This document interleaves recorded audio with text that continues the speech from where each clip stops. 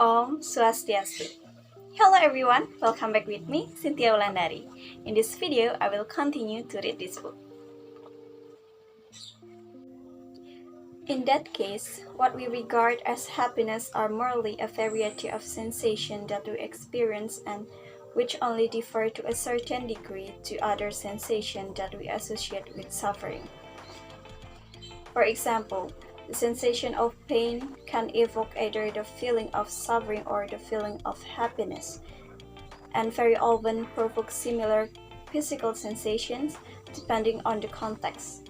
The tears that we shed can be either tears of sadness or tears of joy. Moreover, behind every feeling of happiness, there lurks that shadow of suffering that will soon replace the sweetness when it no longer pleases the tongue, and when acute joy turns into ordinary boredom, or when a keen expectation turns to bitter disappointment.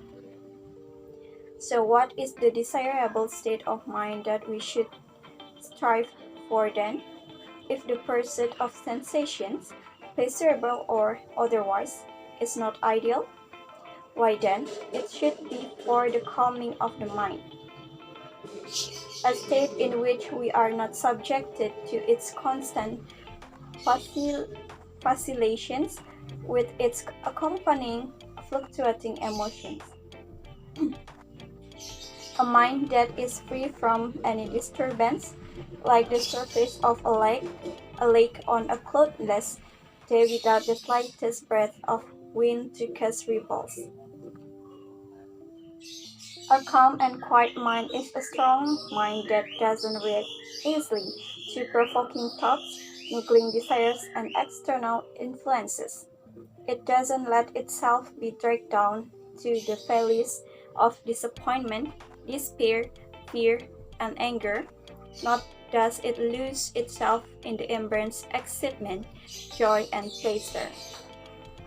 The calm mind is aware of the superficial and temporary natures of such feelings and sensations that thus refuse to be attached to them, like a slave in chains. Faced with challenges, beset with temptation, anguished by desires, pricked by pains, still the calm mind retains its perfect equanimity. It doesn't struggle or sway. In the drama of demanding emotions, it remains a spectator. The calm mind sees the clouds reflected upon the water of the lake, turning the surface into silver, but doesn't mistake the clouds as part of the lake because the calm mind knows that soon the clouds will move on, leaving the surface undisturbed. Indeed, the calm mind is like a calm lake. It can reflect the sky in all its expansiveness, and whose surface can ripple once in a while in the wind. But for the most part, it lies still, undisturbed. And like the lake, it is during its most calm state that one can see clearly to the bottom of its depth, revealing the secret treasures that lie beneath. And beneath the deep and often impenetrable depth of the mind is the reality that what lies beneath is the state that we should all aspire to, a state of peace and quiet, a perfect serenity. For this is the reward of the calm mind, a peaceful mind and peaceful heart.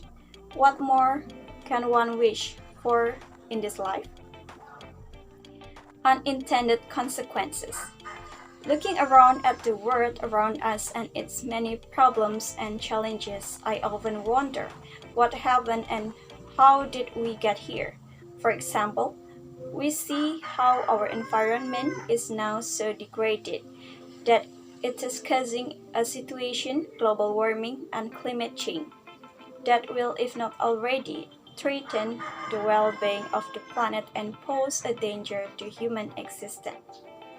Our ocean is polluted and filled with plastic waste that poison the life that is contained within and also contaminating our source of food.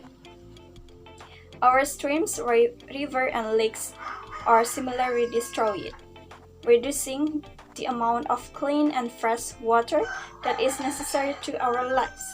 We have chopped down most of the trees in whatever remaining forest we have on the planet, such that we are depriving ourselves from the very oxygen that is so essential to existence, not to mention putting many of our fellow animal species on the brink of extinction. We are also burning more carbon dioxide into the air that is heating up the atmosphere, so that already an alarmingly large amount of our polar ice caps are melting, creating havoc with our weather system and raising the planet's ocean level. If this continues, most of our coastal areas would drown and no doubt our way of life with it. So there we have it. The air that we breathe is polluted. The food that we eat is mostly unhealthy, processed, and contaminated. The water that we drink is scarce and expensive. The land we live in is prone to disasters that are weather related. The earth's wildlife is diminishing in number, as are the forests and the coral reefs. On the contrary, the number of humans roaming the planet is ever increasing, putting more and more strain to the Earth's capacity to restore its natural health and balance, while at the same time exposing the humans themselves to more viruses and other challenges to our well-being, so that in turn we to find ourselves in conflict with each other over diminishing resources and the desire to dominate in a competition of power and survival. And we may very well ask ourselves, how did we get here? How did we unleash all the problems that are so clearly against our very own interests as a species? Surely none of us wakes up one morning and decides to come up with different ways on how to destroy the environment, produce as much waste as possible, and heat up the atmosphere while we are at, at it, so that our future in the planet will be greatly threatened. On the contrary, everyone wants the best for themselves, their families, and their surroundings in order to enjoy a good and healthy life. People desire a good life. People desire a good health, good relationship, and to thrive in a world that is wholesome and peaceful. Who doesn't want fresh air and a clear sky with the sound of birds to wake up to? And yet, this desire of comfort and well-being has taken us along a completely different path with a completely different results, to a life where our relationship with the planet, with our environment, other species, and with each other as human beings are far from desirable. Ideally, good intentions should lead to an equally good plan and executed in the right way, so that it produces an result that is intended. Like a good architect who wants to build something, she starts with a vision of what the structure should look like, puts the vision into a drawing, and then construct the building to exact specification of the drawing. Everything is done accordingly, so that there is no undesired element at the end of it, no mistakes or surprises. When we create things that we think are good for us, objects that are convenient, for instance, easy to use, desirable, or necessary for our comfort and well-being, and yet we end up with a surrounding that is full of waste and an environment that is polluted and a planet deprived of trees and other animals, then the mistake lies in what we think of good and desirable of us.